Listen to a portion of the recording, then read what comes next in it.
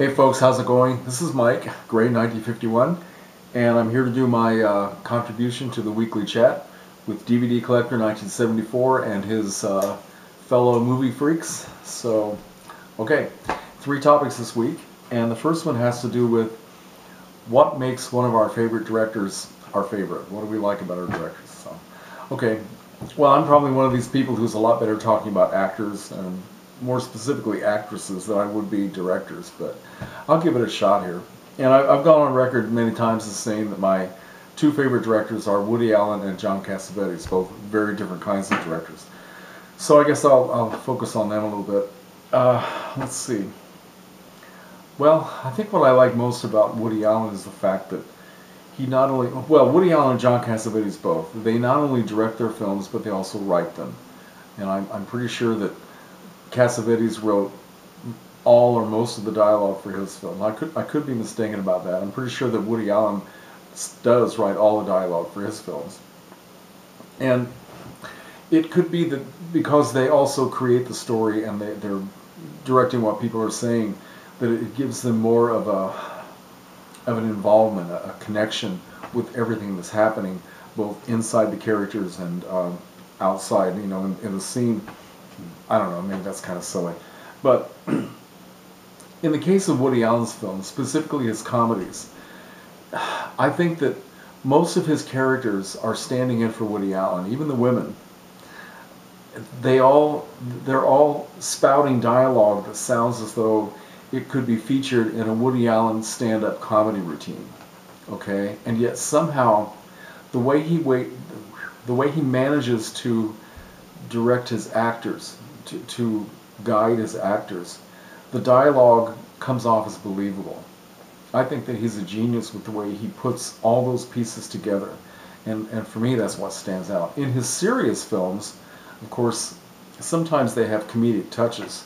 Sometimes he puts a little bit of a comedy secondary plot twist or plot, you know, development inside of one of his serious films, but he does not take away the focus on the serious message he's trying to tell. And in the case of those things, he kind of sets up really outrageous situations. For example, the elaborate murder scheme in Match Point.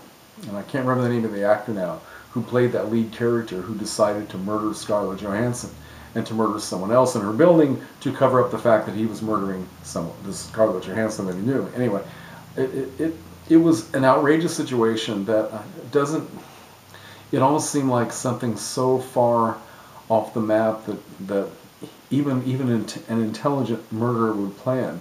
Somehow it came up into the mind of Woody Allen.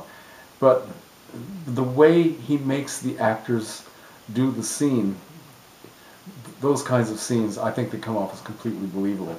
Now with John Cassavetes, he tries to make things in his films as close to reality as possible, with dialogue that real people, you can imagine them saying these things to each other. And yet, even so, he manages to make some of his characters, and specifically the characters played by his wife, Gena Rowlands, who obviously is his favorite actress. He obviously adores her, not just as a woman, but as an actress, as an artist.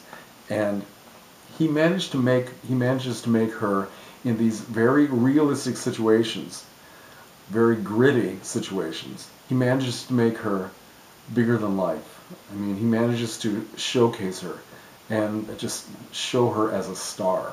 I don't know what I'm trying to say here. I guess I appreciate the style of these amazing directors, and I think, I don't know, I guess I'm not very good at saying intelligent stuff about directors. There's another name that I thought of in a completely different way, and that is Robert Wise, who of course is a legendary and very much revered director. He's no longer with us, but he, how do you classify somebody like Robert Wise? How do you find a thread of style in films as diverse as The Curse of the Cat People, Born to Kill, which was a very low budget and very hard-hitting film noir from, I think, the year 1947. And then he went on to do The Day the Earth Stood Still, one of the landmark science fiction stories. And then he went on to do West Side Story, a landmark musical, has absolutely no connection whatsoever to those earlier films. Then he did The Haunting, one of the best psychological horror films ever made. This is absolutely brilliant. And then he did The Sound of Music. And then he did Star Trek: The Motion Picture. How do you find a thread of something you can recognize as, okay, we know this is a Robert Wise film because of ABC. To me, they're all just, some of them are low-budget gems, and some of them are absolute epics. I don't know. To me, that man, somebody like that is just an absolute genius. The fact that he is so prolific, that he is so diverse, he is so eclectic, and so that's another name I came up with. All right. I don't know if that made a lot of sense. I hope it did. But the second topic has to do with how much time do we spend alphabetizing and otherwise organizing our DVD collection. You know, I really have to laugh at this one because for me to try to answer this question would imply that I have some kind of organizational skill with anything in my house, which I don't. You know, my TV room, my DVD collection is pretty much like everything else around here. It's just completely out of control. Every time I try to make some kind of a headway in getting things set up the way I want, you know, oh, it's just awful. You know, it's funny. Dave Koenig, A Fiend on Film, was the last person. Dave, you're not going to believe this, but it's true. He was the last person to come into my house, which has been several months ago. I'm that crazy and I'm that reclusive. And I spent something like 2 weeks cleaning the place up just to let Dave walk in the place. And it still wasn't perfect, as Dave can tell you. But it's gone downhill since then. I'm not going to go through that again. And anyway, specifically about alphabetizing DVDs. I do have a couple of shelves in my TV room where they are in good alphabetical order. The only thing is I've bought more since then that are in stacks on a table, my side table, that's supposed to be there for food. It's not. It's stacked up with the DVDs. I've got them on the floor, and all these things, they need to be organized. I keep building, well, putting together shelving systems that I buy at Best Buy to try to get the room set up. And I have enough shelves right now to put everything on shelves. So I actually did that a couple of days ago. Everything is on, they're not on, most of the things that the things I bought a couple of days ago, they are on the floor. But things I've had for months sitting on the floor and on the table, they are now on shelves, but they are not organized. They are all mixed up. So, James, I understand what you're saying about going to the store and picking a DVD out and then finding when you go home that you already have it because you just forgot where you put it. So, yeah, that happens to me once in a while, too. So, I need to get better at doing this. It's crazy. It's a real problem.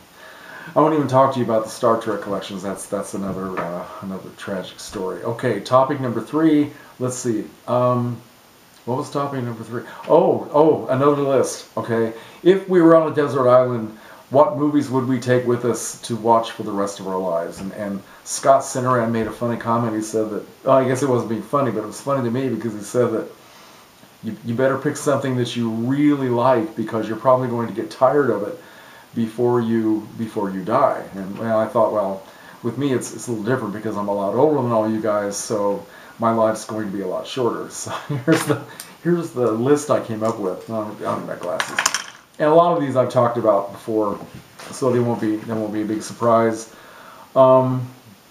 Let's see. This could change daily, but some of these I picked a lot of things that I love to watch again and again. So they're kind of like one of the responders to James' video for this topic. He said that his films are like comfort food, and I relate to that. That's very true. All right, number 1 is All About Eve. Number 2 is Black Sunday. Number 3 is The Incredibly Strange Creatures Who Stopped Living and Became Mixed Up Zombies. I love that film. I cannot stop watching it. Number 4 is Blow Up. Number 5 is The Bat, the 1958 version with good old Vincent Price. Number 6 is 8½, Fellini's 8½. Number 7 is A Star is Born, the 1954 version with Judy Garland and James Mason. Number 8 is The Uninvited. Number 9 is Beach Party with Frankie and Annette.